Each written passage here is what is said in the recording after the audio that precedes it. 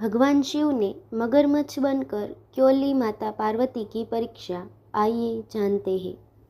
माता पार्वती शिव जी को पति रूप में प्राप्त करने के लिए घोर तप कर रही थी।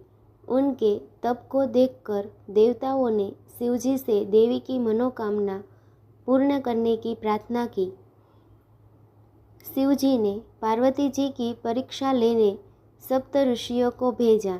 सप्त ऋषियों ने शिव जी के सैकड़ों अवगुण गिनाए, पर पार्वती जी को महादेव के अलावा किसी और से विवाह मंजूर न था। विवाह से पहले सभी वर अपनी भावी पत्नी को लेकर आश्वस्त होना चाहते हैं, इसलिए शिव जी ने स्वयं भी पार्वती की परीक्षा लेने की ठानी।